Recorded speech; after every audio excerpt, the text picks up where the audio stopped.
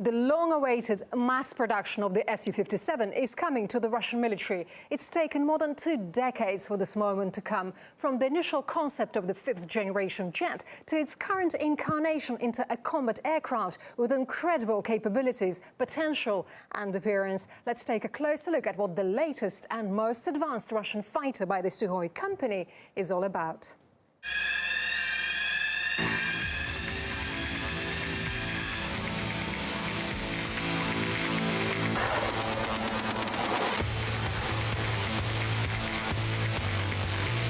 A unique combination of speed, stealth and super maneuverability. The Su-57 multi-role fighter currently is the most modern Russian military plane. Its production code is the T-50, and initially it was called the Prospective Aviation Complex of Frontline Aviation, or PAK-FA. It's been entirely designed and produced in Russia.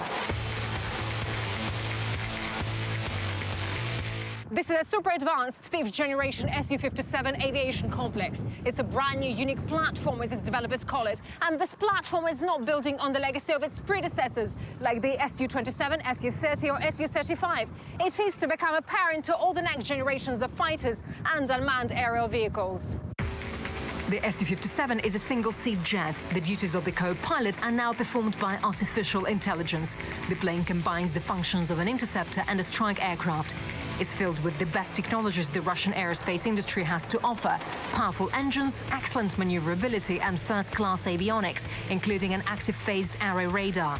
It's able to reach supersonic speeds without afterburner, maintains a stable and controlled flight at high angles of attack, and can fly at supersonic speeds at an extremely low altitude. It takes off and lands in a traditional horizontal manner.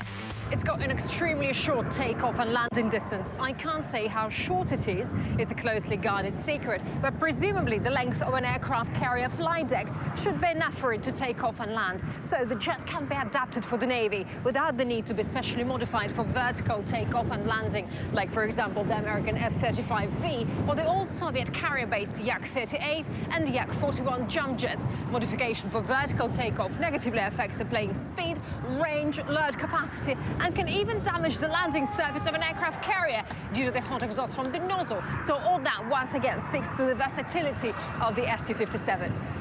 The jet is equipped with an impressive arsenal of high-tech weapons on board. Its missiles range is twice as long as the previous generation missiles. Along with the aircraft itself, its missiles are covered with a special coating that makes the entire arsenal practically unnoticeable to radar.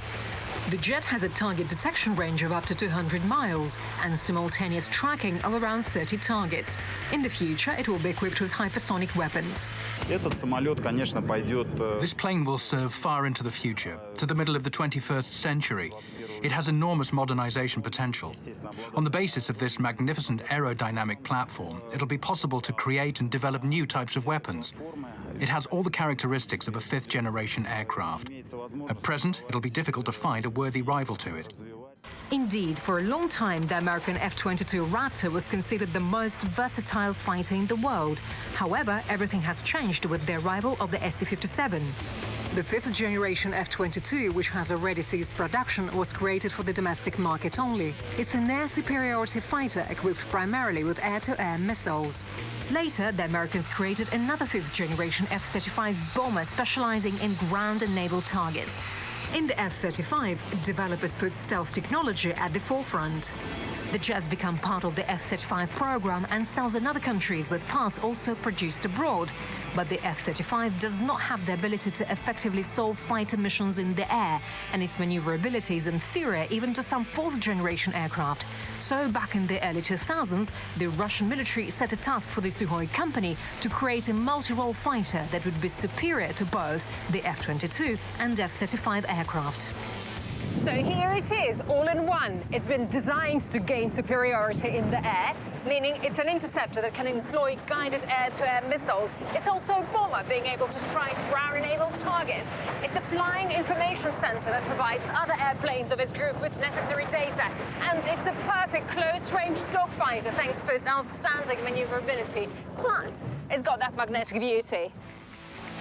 However, the supermaneuverability is not a fundamental requirement in the West, because their doctrine focuses more on long-range combat. But experts say in case of a real air war, planes will inevitably have to close the distance and go for a close-range dogfight. So the Russians say they have built an aircraft that excels both in long and close-range combat. That suggests the Su-57 combines and exceeds the abilities of the American F-22 Raptor and F-35. Ironically, and it's a pure coincidence of course, if we add up the numbers 22 and 35, it makes 57. Even though they all are the Gen 5 jets, a strict comparison is not really appropriate, as they all are different and serve different purposes. What is true, though, is that any of them could hypothetically clash with any other in the sky. Most people would agree now that all sides have to do absolutely everything to prevent the world from learning which country's planes are the best. But the more I learn about this machine, the more I admire the technology. In fact, the Su-57 is superior to the American fighters in maneuverability, speed, range and flight duration. The Russian fighter can reach speeds of 1,600 miles per hour, while the American F-35 clocks in at 1,200 miles per hour. Thanks to the ability to constantly generate oxygen, the flight duration of the Su-57 is 5.8 hours, almost twice as long as the American F-35, which can stay in the air 2.5 hours.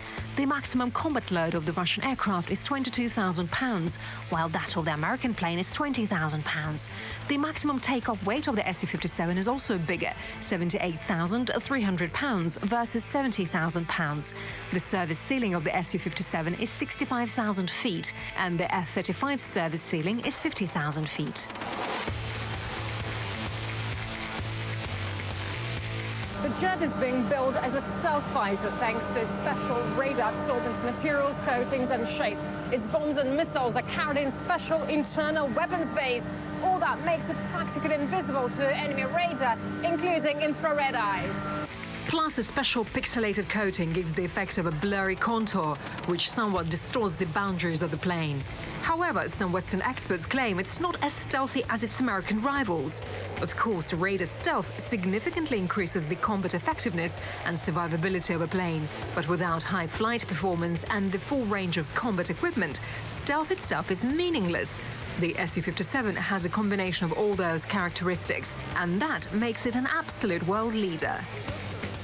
Whether stealthy or not so stealthy, all the critical voices go silent when this machine starts to fly. Critics from around the world are wondering about the limits of the capabilities of this aircraft.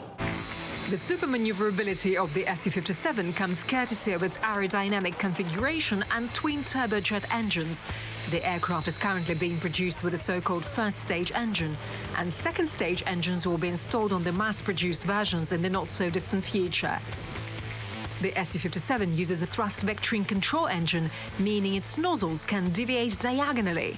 This is a great advantage when flying at high angles of attack and while performing aerobatics. For comparison, the standard engine of the American F-22, the F-119 PW100 from Pratt & Whitney, can rotate its nozzle plates only vertically up and down. That simplifies takeoff and pitch at altitude, but does not make the Raptor equally maneuverable. It's obvious, though, that the outcome of aerial combat primarily depends on the skill of the pilot. These guys, the test pilots, are the ones who determine what to remove and what to retain in the planes. In order to set limits for combat pilots, they have to push their jets far beyond those limits, looking over the edge and risking their lives. We are the link between all the departments that develop various systems, equipment, displays, an information and control field. Every new generation of aircraft turns out to be more complicated, so our task is to make an aircraft easier for combat pilots. The more comfortable the pilot feels, the more effectively they fulfill their tasks. When I became a test pilot, senior experienced comrades used to say that if, thanks to you, even a tiny switch had been installed on the plane, you didn't waste your life. Lightweight and super hard carbon composite materials make up to 25% of the empty weight of the airplane. The ejection seat of the Su-57 is able to save a pilot at any flight altitude, even from the ground. The jet's equipped with a powerful locator called APAR, which is an active phased array system. Plus, there are also a huge number of receiving and transmitting modules distributed all over its body. that provides the aircraft with a long detection range, multi-channel tracking of targets, and the employment of guided missiles on them. The Su-57 has its own high-precision autonomous navigation system, which works regardless of whether there is a signal from satellites or not. It will lead the aircraft to its target and allow high-precision use of weapons. Even with no satellites, the Su-57 will never get lost. The question is now, are humans smart enough to pilot such a smart machine? A combat pilot must perform a task with minimal distraction from secondary tasks and minor things, so it's necessary for them to interact with the machine easily. Therefore, there are so-called electronic assistants that eliminate unnecessary options, erroneous actions, and so on. All that thanks to the plane's artificial intelligence. Since it's a war machine, it must fight, and it has already fought in real combat conditions in Syria, launching guided missiles and dropping bombs on ground targets. The NATO press was wondering back then what the fifth-gen fighters were doing in the local conflict. The answer was simple. Any aircraft is taken seriously after it's been used in real combat. As a rule, any customer is always interested in whether an aircraft is in service and in which conflicts it's taken part. That adds status to the aircraft on sale. The Su-57 is the newest aircraft, but it already has its history. So here are some of the main milestones in its life. The aircraft made its first maiden flight in January 2010. The fighter's first flight with a new second-stage engine with increased thrust and fuel efficiency took place in December 2017. During the operation of the Russian Air Force in Syria in November 2018, the Su-57 attacked terrorists with cruise missiles.